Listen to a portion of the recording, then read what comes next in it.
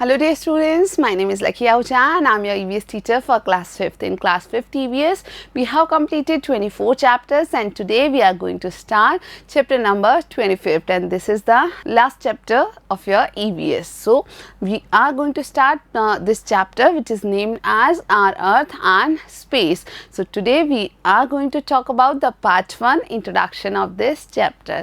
तो प्यारे बच्चों, आज हम कक्षा 5 EVS में हमारा 25वां अध्याय शुरू कर रहे हैं। अब तक हम कुल 24 अध्याय पढ़ चुके हैं और यह अध्याय हमारे 5वीं कक्षा के EVS का अंतिम अध्याय है।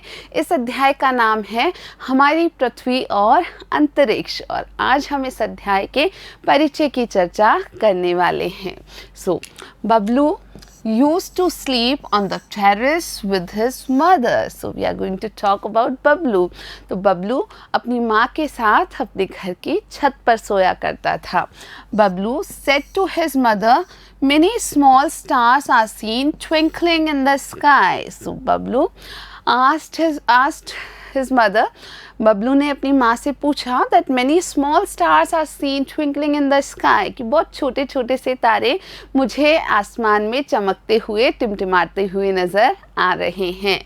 The moon even looks round, shining and beautiful. Some of the stars in the sky are shining very brightly, some are shining less. तो बबलू ने कहा कि ये जो चंद्रमा है ये भी काफ़ी गोल सा, काफ़ी चमकता हुआ और खूबसूरत नज़र आ रहा है। बबलू ने ये भी कहा कि ये जो आसमान में तारे हैं इनमें से कुछ तारे तो बहुत ज़्यादा चमक रहे हैं लेकिन कुछ तारे थोड़े से कम चमक रहे हैं। Mother Tell me where do these stars go during the daytime? तो बबलू ने कहा कि माँ मुझे बताओ कि ये सारे के सारे तारे दिन में कहाँ चले जाते हैं। And mother said, dear son, these stars do not go anywhere during the daytime. We cannot see them because of bright sunlight. When it becomes dark, they become visible. तो माँ ने उसे बताया कि बेटा, प्यारे बेटा, होता क्या है कि ये जो तारे हैं ये कहीं नहीं जाते हैं दिन में, बल्कि क्या होता है हम उन्हें देख नहीं पाते हैं। हम उन्हें क्यों नहीं देख पाते हैं?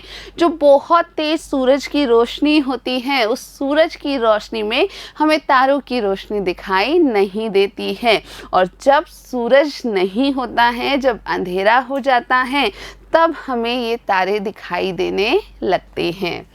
Bablu said, but mother, we cannot see anything in the dark. तो बबलू ने कहा कि लेकिन माँ हम अंधेरे में तो और कुछ भी नहीं देख पाते हैं। Son, these stars have their own light. These are like our sun only, but are very far from us. That is why they appear so small. तब बबलू की माँ ने फिर से उसे बताया कि बेटा ये जो सारे तारे हैं इनकी अपनी लाइट होती है। हम अंधेरे में जिन चीज़ों को नहीं देख पाते हैं उनका स्वयं का प्रकाश नहीं होता है, लेकिन इन सभी तारों का अपना प्रकाश होता है, ये स्वयं प्रकाशित होते हैं। और साथ ही साथ ये भी बताया कि ये बिल्कुल हमारे सूर्य की तरह होते हैं, सूरज की तरह होते हैं, लेकिन हमसे बहुत ज़्यादा दूर होते हैं। That is why they appear so small. तो क्योंकि ये हमसे बहुत ही ज़्यादा दूर हैं इसलिए ये हमें बहुत छोटे छोटे नज़र आते हैं।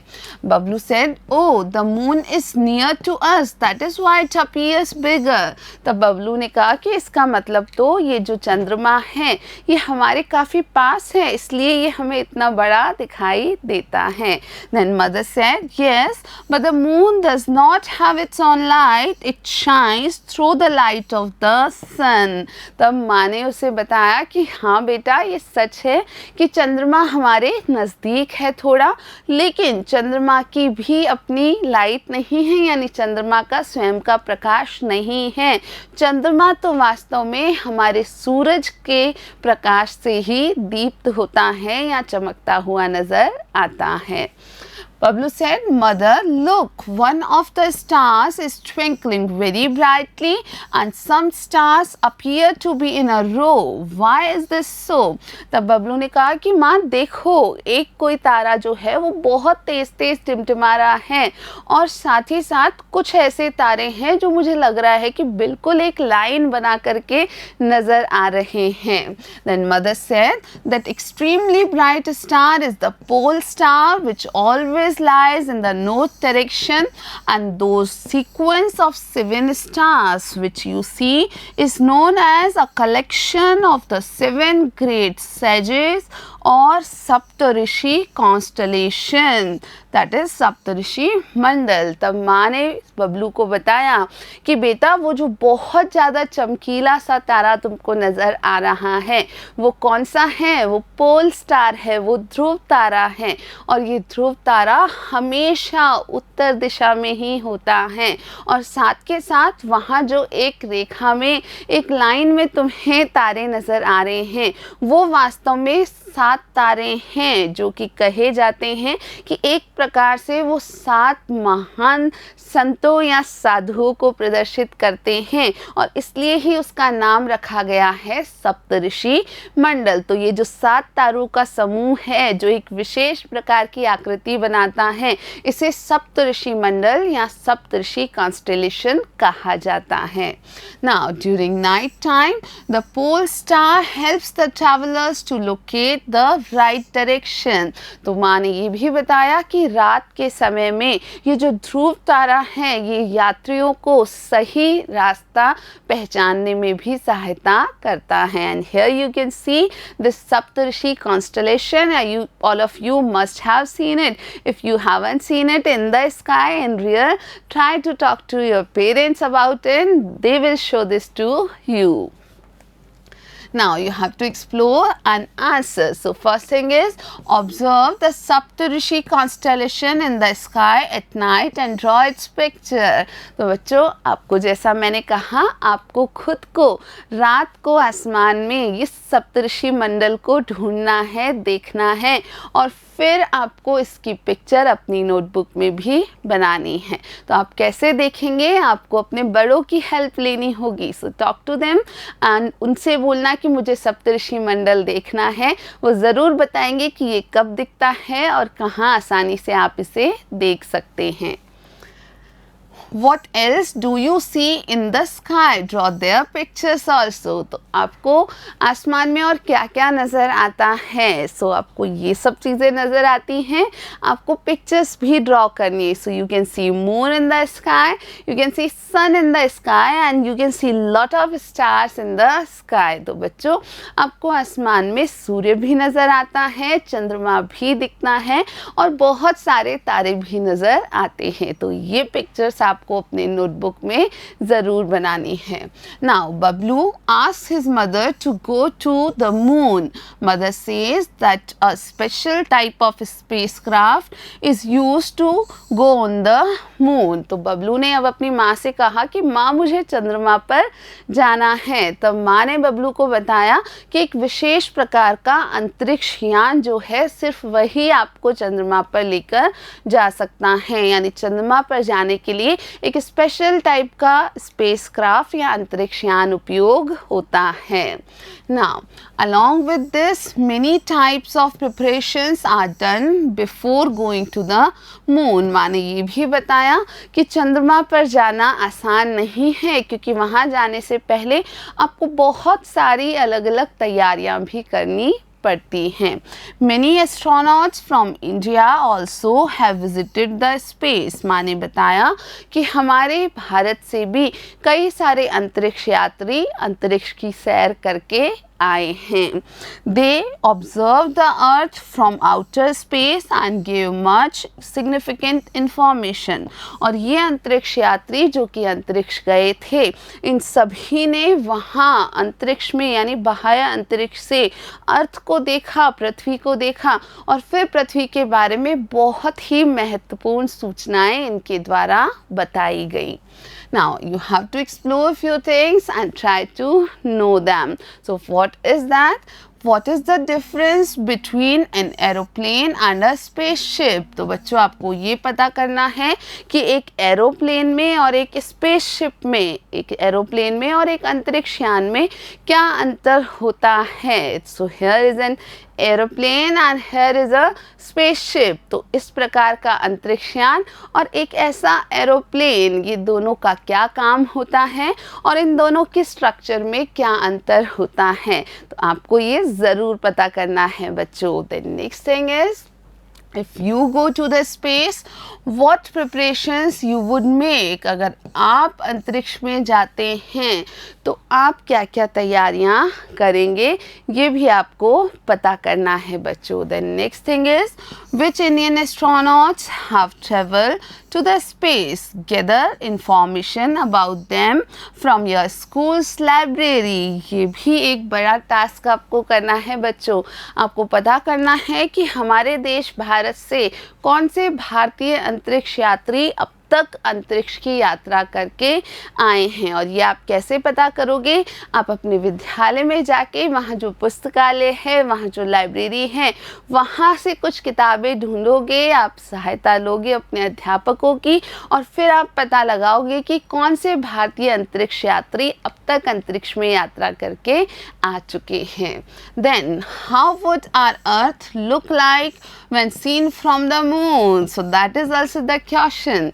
तो अगर चंद्रमा से देखा जाएगा तो हमारी पृथ्वी, हमारी धरती कैसी नज़र आएगी. तो हमारी धरती क्या ऐसी नज़र आएगी या इससे भी अलग नज़र आएगी, ये भी आपको सोचना है. So try to think and try to explore the thing. You will get to know some very interesting facts. आपको ये सब चीज़ें अपने बड़ों से भी बात करनी है. थोड़ा सा आपको जैसा बताया, लाइब्रेरी में कोई बुक मिले तो उसको भी ढूंढ के आपको पढ़ना है और अंतरिक्ष यात्रियों के बारे में और अंतरिक्ष के बारे में नई नई बातें जाननी हैं. Now let's meet them. अब हम कुछ ऐसे लोगों से मिलने जा रहे हैं जिन्होंने बहुत कुछ स्पेशल किया है. तो ये कौन है देखते हैं. Rakesh Sharma was the first Indian astronaut who went to the space. तो हम सबसे पहले बात करते हैं राकेश शर्मा की. राकेश शर्मा कौन थे, वो पहले भारतीय अंतरिक्ष यात्री थे जो कि अंतरिक्ष में गए थे.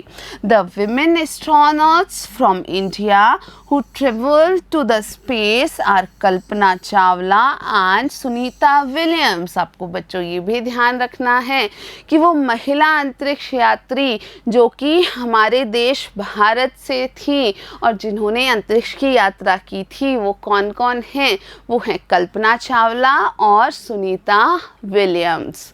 Now the photographs of these astronauts are given below. So you can see the photographs here. तो इन अंतरिक्ष यात्रियों के फोटोग्राफ्स आप यहाँ देख पा रहे हैं. ये हैं Rakesh Sharma ji and she is Sunita Williams and she is Kalpana Chawla. तो ये तीनों हमारे देश के वो प्रसिद्ध अंतरिक्ष यात्री हैं जिन्होंने अंतरिक्ष की यात्रा की है. Then there is a point for discussion. So आपको कुछ बातें डिस्कस करनी है अपने फ्रेंड्स से, अपने बड़ों से. So what is that, look at the figure and tell what the astronauts are wearing. So बच्चों आपको इन पिक्चर्स को ध्यान से देखना है और आपको ये पता करना है कि ये जो एस्ट्रोनॉट्स हैं इन सब ने क्या पहना हुआ है, इसे क्या कहते हैं जो इन्होंने पहन रखा है. Then second thing, can we go to the space. क्या हम अंतरिक्ष में जा सकते हैं, ये भी आपको डिस्कस करना है. Then the third thing is, how can we go to the space. अगर हम अंतरिक्ष में जा सकते हैं तो हम अंतरिक्ष में कैसे जा सकते हैं, उसके लिए हमें क्या करना होगा. Then the preparations for a space travel include the following. किसी भी अंतरिक्ष यात्रा की जो प्रिपरेशन है, जो तैयारी है, उसमें क्या क्या होता है, आइए देखते हैं उसमें क्या क्या होता है. So first thing, the practice of eating a different kind of food. Yes, क्योंकि वहाँ स्पेस में हमें नॉर्मल फूड नहीं मिलता है. जैसा खाना आप यहाँ पृथ्वी पर खा पाते हैं वैसा भोजन, वैसा खाना आपको वहाँ नहीं मिलता है. तो आपको अभ्यास करना पड़ता है एक बिल्कुल अलग प्रकार का खाना खाने का. Then second thing is to work in specific conditions. हमें विशिष्ट प्रकार की स्थितियों में कार्य करने की भी आदत डालनी पड़ती है. Then the third thing is to live in the absence of gravitational force, and this is very important. हमें जो गुरुत्वाकर्षण बल है उसकी अनुपस्थिति में रहना पड़ता है. तो अंतरिक्ष में क्योंकि ग्रेविटेशनल फोर्स नहीं होता है, गुरुत्वाकर्षण बल नहीं होता है, तो हमें आदत डालनी पड़ती है बिना गुरुत्वाकर्षण बल के ही रहने की. Then the next thing is to live in high pressure and weightlessness. हमें साथ के साथ ही बहुत उच्च दबाव और भारहीनता की स्थिति में वेटलेसनेस की सिचुएशन में रहना पड़ता है, क्योंकि वहाँ ग्रेविटेशनल फोर्स नहीं है और वहाँ वेटलेसनेस की या भारहीनता की स्थिति उत्पन्न हो जाती है. So these are the things which need to be prepared before going to the space. तो बच्चों, अगर आप में से कोई भी अंतरिक्ष जाना चाहता है तो आपको ये समझना होगा कि वहाँ जाने के लिए हमें बहुत सारी तैयारियां करनी होती है. So this was all for today's class. We will be continue learning EVS in our next video. Till then, thank you for watching.